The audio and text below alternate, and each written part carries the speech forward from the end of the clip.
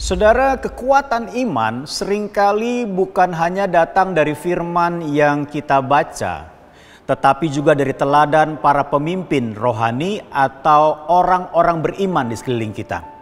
Oleh sebab itu, sebagai orang percaya yang mungkin membutuhkan teladan iman, pahamilah, temukanlah pemimpin-pemimpin rohani yang memiliki iman yang dapat diteladani.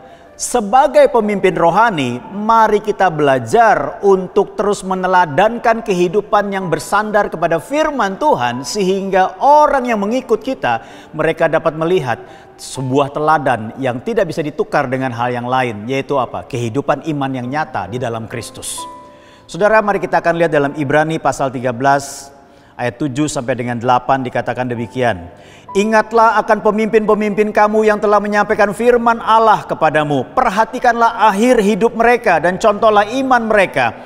Yesus Kristus tetap sama baik kemarin maupun hari ini dan sampai selama-lamanya.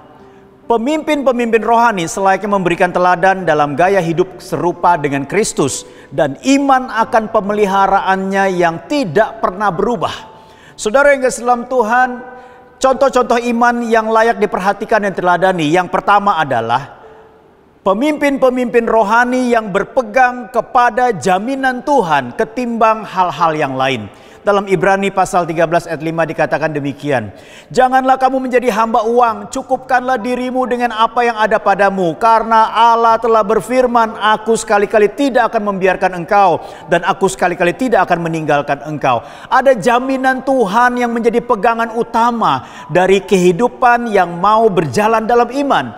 Baik sebagai pemimpin rohani maupun sebagai orang yang percaya. Saudara yang kasih dalam Tuhan, jika kita mau taat, dibutuhkan hati yang hanya mengabdi kepada satu Tuhan.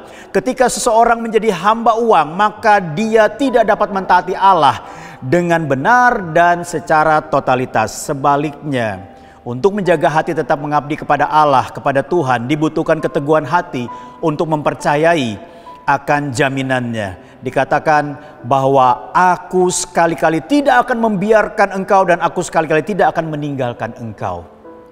Yang kedua adalah contoh teladan iman yang perlu kita perhatikan. Mereka adalah orang yang percaya akan pertolongan Tuhan. Dalam ayat yang ke-6 dikatakan, sebab itu dengan yakin kita dapat berkata, Tuhan adalah penolongku, aku tidak akan takut.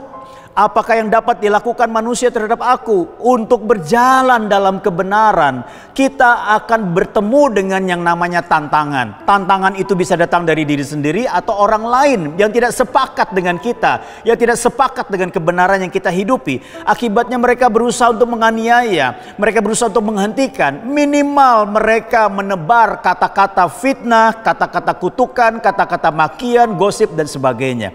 Tetapi perhatikan baik-baik. Tuhan adalah Tuhan yang memberikan pertolongan bagi kita.